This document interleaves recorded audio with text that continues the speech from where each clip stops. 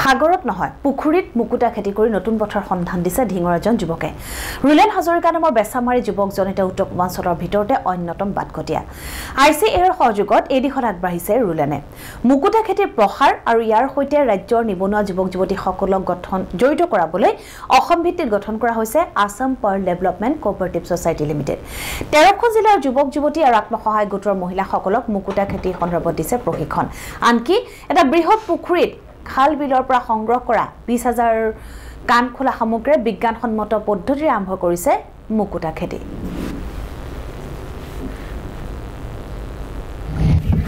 নাম দেখালাম নিউজ চেনেলত আমাৰ মই পাল ফাৰ্মিং কৰি থকাটো যেতিয়া ফ্লাছ হৈছে তেতিয়া অসমৰ মীন বিভাগৰ পৰা যোগাযোগ কৰাৰ পিছত মানে অসমৰ বিভিন্ন জেগাৰ পৰা এডুকেটেড ফাৰ্মাৰবিলাক আহি পেলাই মোৰ তাত প্ৰশিক্ষণ ল'লে state level Assam pearl development cooperative society বনোৱাৰ পিছত অসমৰ বিভিন্ন জিলাত ইয়াৰ প্ৰশিক্ষণ দিয়া হৈছে বা ফাৰ্মিং কৰা হৈছে আৰু সেই সুযোগতে আমাৰ ফিচাৰী ডিপাৰ্টমেণ্টত PMMSৰ আণ্ডাৰত প্ৰজেক্টটো আহিছে মেমে আমাৰ ইয়াত প্ৰশিক্ষণো লৈছে আৰু লগতে আজি মানে আমাৰ সামগ্ৰীখিনি ৰিলিজ দিয়া হৈছে তাতে আমাৰ ডিষ্ট্ৰিক্ট ছাৰো আছিলে তো সেই হিচাপে আমাৰ কামখিনি যিমানখিনি আমি কৰি আছোঁ তো 13খন ডিষ্ট্ৰিক্টত আমি অলৰেডি কাম কৰি আছোঁ বাকী আমাৰ ইয়াত কোঅপাৰেটিভৰ যিটো নিজা ফাৰ্মিং আছে ইয়াত 12 বিঘা মাটি লৈ পেলাই আমি মাছৰ লগত মুকুতা খেতি কৰি আছোঁ প্ৰায় 13খন ব্লকত নগাঁও ডিষ্ট্ৰিক্টত DC ছাৰৰ ইনষ্ট্ৰাকশ্যনত মই SRLMৰ সহায় সহযোগিতাত যিখিনি CLFক ট্ৰেইনিং দিয়া গৈছিলে তাত 1150 জনী বাইদেউক মই ট্ৰেইনিং কৰাইছিলোঁ আৰু ৰুট চেটি আছিলে তাতো ট্ৰেইনিং কৰোৱা হৈছে আৰু সেই হিচাপে প্ৰতিখন ব্লকত মানে যিখিনি বেনিফিচিয়াৰী ট্ৰেইনিং লৈছিলে আত্মসহায়ক গোটৰ বাইদেউসকলে ফাৰ্মিংও কৰিছে আৰু অনগোয়িং প্ৰচেছত ফাৰ্মিংটো চলি আছে